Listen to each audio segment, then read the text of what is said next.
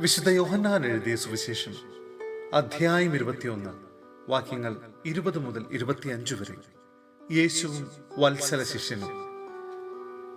പത്രോസ് തിരിഞ്ഞു നോക്കിയപ്പോൾ യേശു സ്നേഹിച്ചിരുന്ന ആ ശിഷ്യൻ പിന്നാലെ വരുന്നത് കണ്ടു.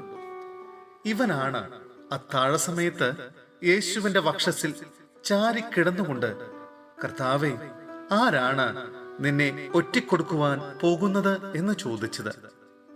അവനെ കണ്ടപ്പോൾ പത്രോസ് യേശുവിനോട് ചോദിച്ചു, കർത്താവേ, ഇവന്റെ കാര്യമെന്ത്?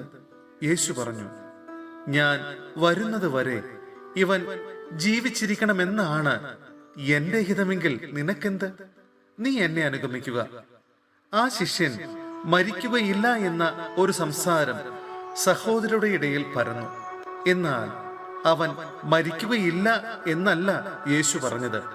പ്രത്യുത, ഞാൻ വരുന്നത് വരെ അവൻ ജീവിച്ചിരിക്കണമെന്നാണ് എന്റെ ഹിതമെങ്കിൽ നിനക്കെന്ത് എന്നാണ്. ഈ ശിഷ്യൻ തന്നെയാണ് ഈ കാര്യങ്ങൾക്ക് സാക്ഷ്യം നൽകുന്നതും ഇവ എഴുതിയതും. അവന്റെ സാക്ഷ്യം സത്യമാണെന്ന് ഞങ്ങൾക്കറിയാം. യേശു ചെയ്ത മറ്റു പല കാര്യങ്ങളുമുണ്ട്. അതെല്ലാം എഴുതിയിരുന്നെങ്കിൽ ആ ഗ്രന്ഥങ്ങൾ ഉൾക്കൊള്ളാൻ ലോകത്തിന് തന്നെ സാധിക്കാതെ വരുമെന്നാണ് എനിക്ക് തോന്നുന്നത്. സഹോദരരെ, വിശുദ്ധ യോഹന്നാന് ലഭിച്ച വെളിപാടിന്റെ പുസ്തകത്തിൽ നിന്നുള്ള വായന. അധ്യായം 14 വാക്യങ്ങൾ 1 മുതൽ 5 വരെ. കുഞ്ഞാടും അനുയായികളും. ഒരു കുഞ്ഞാട് സിയോൻ മലമേൽ നിൽക്കുന്നത് ഞാൻ കണ്ടു.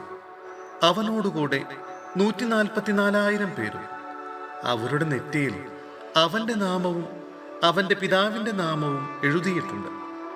വെള്ളച്ചാട്ടത്തിന്റെ ഇരമ്പൽ പോലെയും വലിയ ഇടിനാദം പോലെയും സ്വർഗത്തിൽ നിന്ന് ഒരു സ്വരം ഞാൻ കേട്ടു. വീണക്കാർ വീണമീട്ടുന്നത് പോലൊരു സ്വരം. അവർ സിംഹാസനത്തിന്റെയും 4 ജീവികളുടെയും ശ്രേഷ്ഠന്മാരുടെയും മുൻപാകെ ഒരു പുതിയ ഗാനം ആലപിച്ചു.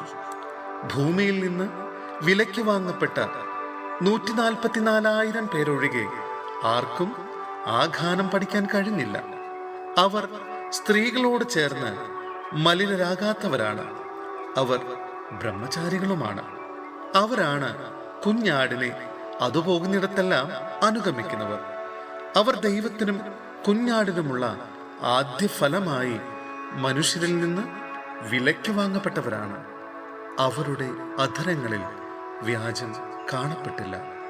അവർ നിഷ്കളങ്കരാണ്.